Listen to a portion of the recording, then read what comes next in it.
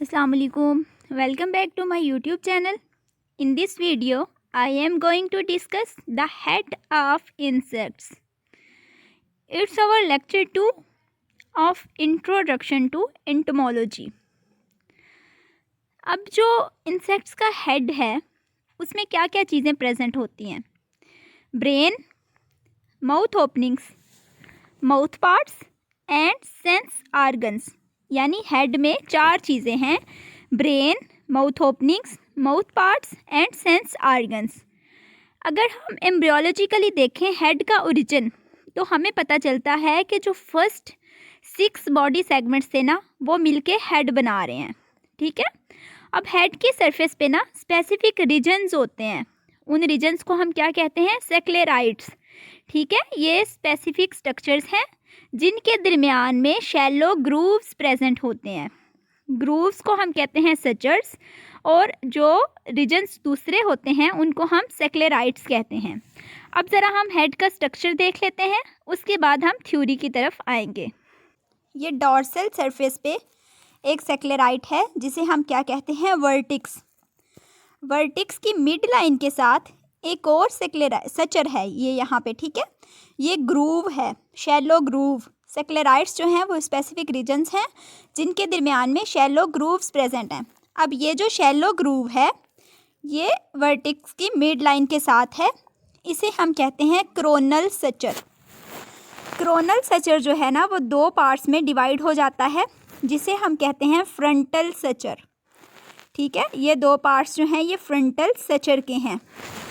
अब फ्रंटल सचर के अंदर जो स्ट्रक्चर होता है उसे हम कहते हैं फ्रॉन्स। अब फ्रंटल सचर जो है वो नेक्स्ट जिस सचर के साथ मिलता है उसे हम कहते हैं एपिस्टोमल सचर। ये वाली जो लाइन है ये है एपिस्टोमल सचर। एपिस्टोमल सचर एक और स्ट्रक्चर के साथ जाके मिलता है जो कि रेक्टेंगुलर स्ट्रक्चर है, उसे हम कहते हैं क्लैपियस। ठीक है। लेटरल सेक्लेराइट्स की बात करें तो वो हमारे पास हैं जीनी। ये दोनों साइड्स पे लेफ़्ट और राइट पे जो लेटरल सेक्लेराइट्स हैं उन्हें हम जीनी कहते हैं। उसके बाद ये हेड में कंपाउंड आइज़ हैं, ये सिंपल आइज़ हैं जिन्हें हम ओसिलाई कहते हैं, और ये इंसेक्ट एंटीना हैं दोनों साइड पे। ठीक है। उम्मीद है आपको इसकी समझ आ गई होगी। अब हम थ्योरी की तरफ जाते हैं। अब हमने बात की थी हेड की सरफेस पे रीजन्स होते हैं जिन्हें हम सेक्लेराइट्स कहते हैं, और वो डिवाइड होते हैं शैलो ग्रूव से। उन ग्रूव्स को हम सचर्स कहते हैं। अब डॉर्सल सरफेस पे हमने अपर मोस्ट सेक्लेराइट देखा, उसे हमने कहा वर्टिक्स। ठीक है। वर्टिक्स की मिड लाइन से क्या निकल रहा था हमारे पास? क्रोनल स्ट्रक्चर या क्रोनल सचर भी इसे हम कहते हैं। क्रोनल सचर जो है वो स्प्लिट हो जाता है 2 फ्रंटल सचर्स में, और फ्रंटल सचर किस को कवर करते हैं? फ्रॉन्स को। ये ट्रायंगुलर सेक्लेराइट है।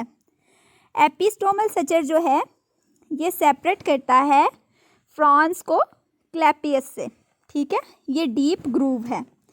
क्लैपियस अभी हमने देखा, ये रेक्टेंगुलर सेक्लेराइट है और ये lower front margin of head में प्रेजेंट होता है। नेक्स्ट चीनी हमने देखे जिन्हें हम चिक्स कहते हैं, इंसेक्ट चिक्स।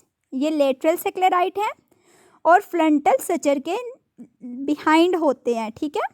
फ्रंटल सचर का स्ट्रक्चर ज़रा माइंड में देखें, और उसकी लेटरल साइड्स पे जीनी प्रेजेंट थे। सब जीनी जो है ये हर जो जीनी है उसके नीचे होते हैं। कंपाउंड आइज़ की हमने बात की थी। कंपाउंड आइज़ जो हैं वो पेयर की फॉर्म में होती हैं, 2 एंटीना होते हैं और ओसिलाई भी प्रेजेंट होते हैं। उसके बाद अगर हम हेड का साइड से स्ट्रक्चर देखते हैं तो हमें ओसिपिटल सचर भी नज़र आते हैं। अभी इसकी भी हम डायग्राम देखेंगे। Occipital Sachar back of head के नज़दीक होते हैं और ये रिचेस की लोकेशन को मार्क करते हैं, और इस पार्ट को, जिस पार्ट में ये प्रेजेंट होते हैं, उसको स्ट्रेंगन करते हैं। ठीक है। उसके बाद ओसिपिटल सचर के पीछे होती है ओसिपिट। नेक्स्ट है पोस्ट जीनी।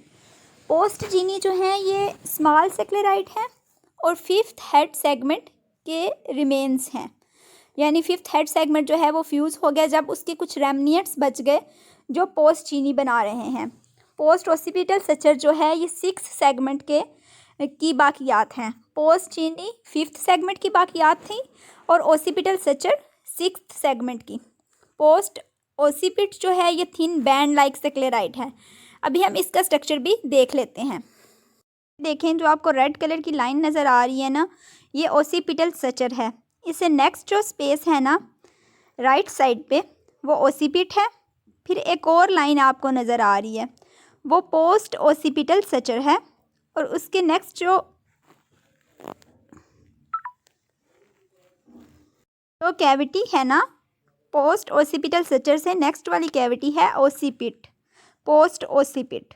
ठीक है, तो ये स्पेसिफिक स्ट्रक्चर्स थे जो हमने इधर देखे। की जिसे हम क्या कहते हैं, सर्विक्स।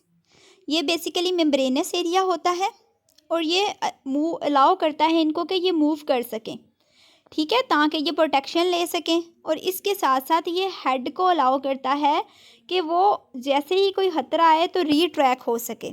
ठीक है, सर्विकल सेक्लेराइड भी होते हैं जो एक पॉइंट ऑफ अटैचमेंट के तौर पे यूज़ होते हैं मसल्स के लिए। कौन से मसल्स? जो हेड मूवमेंट को कंट्रोल करते हैं।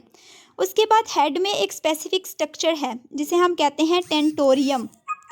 ये हेड कैप्सूल को जो है वो स्ट्रेंथन करता है।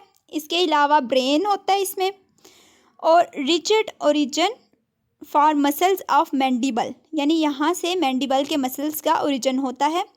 टेंटोरियम बना होता है, एक पेयर होता है इंटीरियर आर्म का और एक पेयर होता है पोस्टीरियर आर्म का। अभी हम टेंटोरियम का स्ट्रक्चर देख लेते हैं और इसके बाद हमारा हेड का जो टॉपिक है वो कंप्लीट हो गया। हम इसके बाद माउथ पार्ट्स वगैरह देखेंगे और एंटीना, जो कि नेक्स्ट लेक्चर में होगा। So stay connected and thank you. कि अगर हम स्ट्रक्चर की बात करें तो ये जो रेड लाइंस आपको नज़र आ रही हैं ये टेंटोरियम की इंटीरियर आर्म्स हैं। ठीक है, इंटीरियर आर्म। ये टेंटोरियम की पोस्टीरियर आर्म है। ठीक है, जो ये आपको वर्टिकली शो हो रही हैं ये इंटीरियर आर्म थी और ये जो हॉरिजेंटली रेड कलर में है ये पोस्टीरियर आर्म है।